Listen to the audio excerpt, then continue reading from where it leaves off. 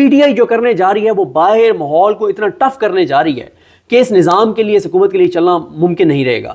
اور جو اوورسیز پاکستانی کر رہے ہیں وہ اس سے بھی بڑا کام کر رہے ہیں. جو سوشل میڈیا کر رہے ہیں وہ ان دونوں سے بڑا کام کر رہا ہے. عمران خان ایک طرف جیل سے ٹمپریچر بڑھا رہے ہیں، پی ٹی آئی گراؤنڈ کے اوپر انٹرنل بڑھا رہی ہے، اوورسیز باہر بڑھا رہے ہیں، سوشل میڈیا اوور آل بڑھا رہا ہے. تو یہ چیز یہ بتاتی ہے کہ عمران خان اس لڑائی کو آگے لے کر جا رہے ہیں. اور مجھے جو ہے وہ یعنی یہ دونوں طرف جا سکتا ہے، دونوں طرف جا سکتا ہے. ڈیپینڈ کرتا ہے کہ ہمارے امریکہ سے کیا معاملات طے ہوتے ہیں.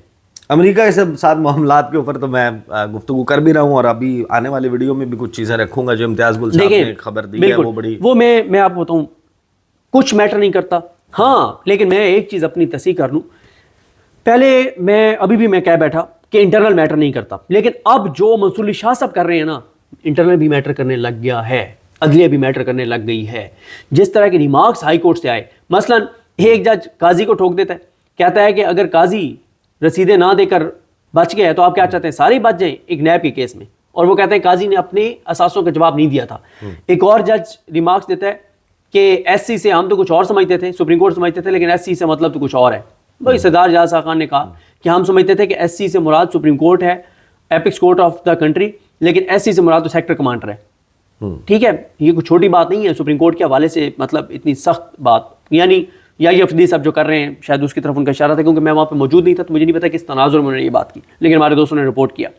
تیسرا، ایک جج نے کہا جب ان کے سامنے ایک وکیل نے کہا ہمیں آپ پہ پورا بھروسہ ہے، اور وہ وکیل تھے جو وکیل سب کو پتہ ہے کہ وہ کس کے نمائندے ہیں اور ٹی وی چینلوں پہ جا کے کیا بات کرتے ہیں اور کس کی زبان بولتے ہیں.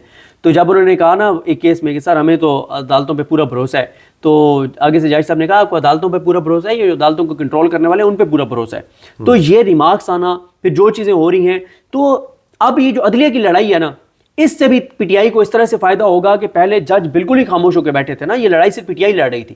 بھائی عدالتوں کو بچانا پی ٹی آئی کا کام تو نہیں ہے نا. بھائی ججوں نے خود بھی تو کچھ کرنا ہے اور ججوں نے کرنا شروع کر دیا ہے. تو جو وہ لڑائی ہو رہی ہے. اور تیسری جو چیز ہے نا، جو جنید اکبر صاحب کا کے پی کے پریزیڈنٹ کے طور پر آنا، یہ بتاتا ہے کہ عمران خان ایک اور مارچ کرنے کی طرف جا رہے ہیں، ایک اور کال دینے کی طرف جا رہے ہیں. مارچ کے بعد مارچ کی جو تیاری ہیں اس کے لیے عمران خان نے فیلڈنگ چینج کرنا شروع کر دی ہے، اور ادھر جنید اکبر کو لے آئے، ادھر علی حمزہ کو لے آئے، اور کچھ اور چینجنگز ہوں گی. اب مجھے لگتا ہے کہ عمران خان جو ہے جہاں پہ ان کو نظر آ رہا ہے کہ اوورسیز پاکستانی ہائپر ایکٹیو ہیں، سوشل میڈیا کمال کام کر رہا ہے، اسمبلیوں کو مفلوج بنا دیا ہے، یعنی قومی اسمبلی مفلوج بنا دیا نا پی ٹی آئی نے. جوائنٹ سیشن آپ کا 18 منٹ چلا ہے، تو وہ فیلڈنگ چینج سیٹ کر رہے ہیں. مجھے یہ لگتا ہے کہ عمران خان انٹرنلی بھی ایک اور کال دینے. لیکن اسی دوران جو ہے وہ 2-3 جو خبریں مین جو خبریں رپورٹ ہوئی ہیں، اس میں ایک تو عمران خان نے کہا کہ جو مذاکرات کا دور ہے، اگلا دور، اس سے پہلے پیشگی شرط یہ ہے کہ کمیٹی کو بلائیں اور میری ملاقات کروائیں. بالکل. دوسری طرف حامد رضا صاحب، بیرسٹر گوہر، وہ یہ کہہ رہے ہیں کہ حکومت پہلے کمیشن کا اعلان کرے تو ہم بیٹھیں گے. یہ جو میسیجنگ ہے، کیونکہ مذاکرات اگر عمران خان کی اس ٹویٹ کو پڑھیں اس کے بعد کوئی شک رہ جاتا ہے کہ مذاکرات ختم ہو گئے ہیں. مذاکرات تو ختم ہو گئے ہیں. دیکھیں مذاکرات، آپ کا ہی میں ولاگ سن رہا تھا، شاید آپ کا کرامت مغل صاحب کے ساتھ یا بشار راجہ صاحب کے ساتھ تھا، جس میں آپ نے کہا کہ وہ کہہ رہے ہیں ابھی نہ جاؤ چھوڑ کر کہ دل ابھی بھرا نہیں. منتیں ترلیں کر رہے ہیں عرفان صدیقی صاحب، اور منتیں ترلیں کرنے کا مقصد یہ ہے، ٹون بڑی دھیمی ہے، وہ غرور تکبر نہیں ہے، وہ دھمکیاں نہیں ہیں، وہ گیدڑ بھبکیاں نہیں ہیں، اور وجہ ایکسٹرنل پریشر ہے، اور یہ حکومت کو بھی سمجھ آ رہی ہے. تو میرا خیال ہے عیسیٰ نقوی صاحب، یہ میں آپ کو دوبارہ بتا رہا ہوں، یہ دونوں طرف چیزیں جا سکتی ہیں. اس نظام کو سرنڈر بھی کرنا پڑ سکتا ہے، اور اگر امریکہ سے ہمارے کچھ معاملات طے ہو گئے، اگر امریکہ سے ہمیں، پھر پی ٹی آئی کے ساتھ وہ ہوگا جو خوفناک، جو کچھ ہولڈ کے اوپر سمجھ لیں، جو ہولڈ کے اوپر ہے. یہ پچھلے پھر 26 نومبر بھول جائیں گے آپ.